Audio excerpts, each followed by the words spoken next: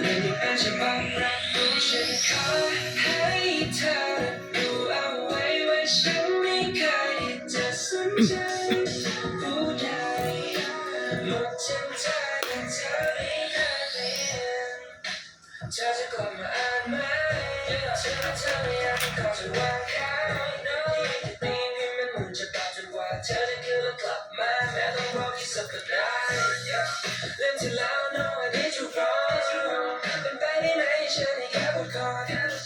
ไม่อยากจะเป็นผู้ร้ายในใจใครเธอช่วยกลับมาได้ไหมไม่คิดเรื่องเราในน้ำคิดเรื่องเราในปากกาแต่ว่าไม่อาจลงมันในลิควิดโลกไม่อาจจะย้อนเวลาจึงรอเธอมาเป็นลิขิตชุบไปที่พังจึงรีพีทก็สารภาพว่าคิดผิดพอเห็นน้ำตาจะไหลเป็นเจ้าฉันได้บอกว่ามันบิสกิตคิดถึงทุกจุดกว่าที่เราจากทั้งลิ้นที่ปากและลิปสติกฉันรอจะโดนและคอยที่หากมองให้ขยับมานี่อีกคิวปิดแต่พอจะแพร่สอนในแคว้นนี้ดิเรื่องเราจะไปรู้ไหม I'll be ready for you to resist you ถึงแม้ว่าฉันจะไม่ชัวร์แต่ก็ยังไม่กลัวที่จะลองก็แค่อยากจะให้มันได้เจอรู้เธอจะกลับมาต้องขอและคิดเป็นบทก่อนเราไม่พร้อมจะจบตอนนี้คิดมันก็ไม่อดนอนและใช้เวลาเพื่อกันก่อนอะไรไม่ดีก็ตัดจบอยากให้เธอรู้ยังรอและฉันขอให้เธอบอกฟังไว้ว่าฉันไม่เคยจะให้ไปและนี่เป็นฉบับปรับปรุงที่ผ่านมาให้มันเป็นดีฉันควรที่จะตีพิมพ์มันขึ้นมาใหม่หมดทั้งใจเธอไม่เคยเปลี่ยนเธอรู้ใช่ไหมว่าฉันรักเธอไม่ถูกไหมล่ะนี่เป็นฉบับปรับใกล้ๆล่ะ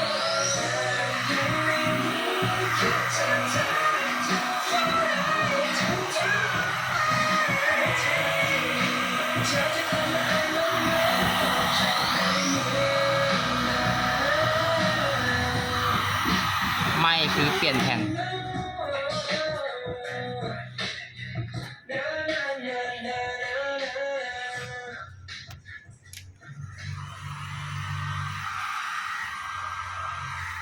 วันนี้รายเขาพยายามยิ่งกว่าเดิมเพื่อบริการทุกคนให้ดียิ่งขึ้น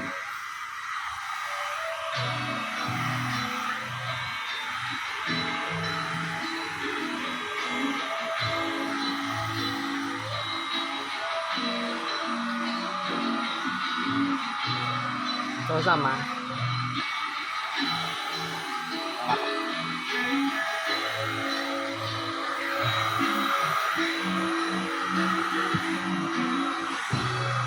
และครั้งที่เรามีความสุข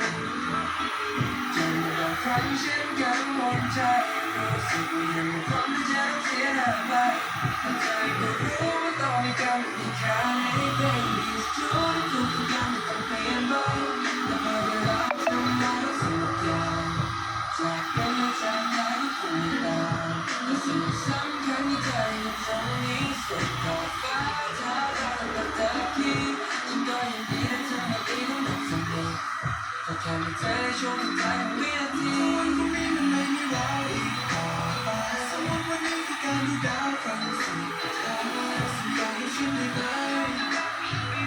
ดูเธอจะไม่ไปไหนตอนนี้เราจะแตกสลายเราพยายามที่อยู่ข้างเธอสักเท่าไรข้างเดิมเป็นนาทีสุดท้ายก่อนที่เราจะไม่ได้เจอเรา90 วิสุดท้ายความทรงจำเราไว้ตรงนี้ก่อนให้มันเป็นวินาทีสุดท้ายที่ดีที่สุดแค่อยากจะจำยังไงก็ลองสลายและไม่มีคน I just wanna be with you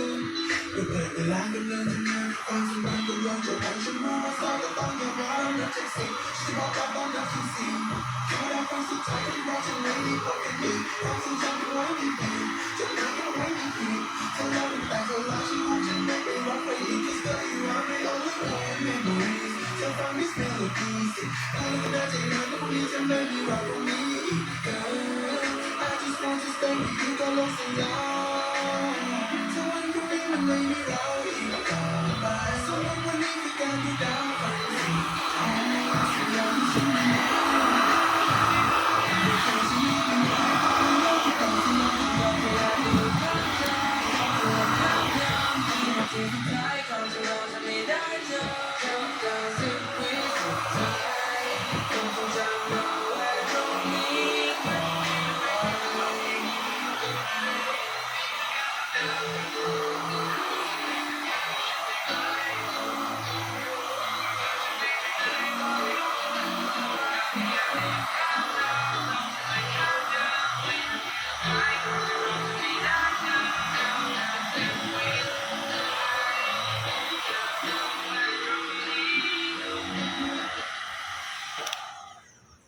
เดี๋ยวข้างบน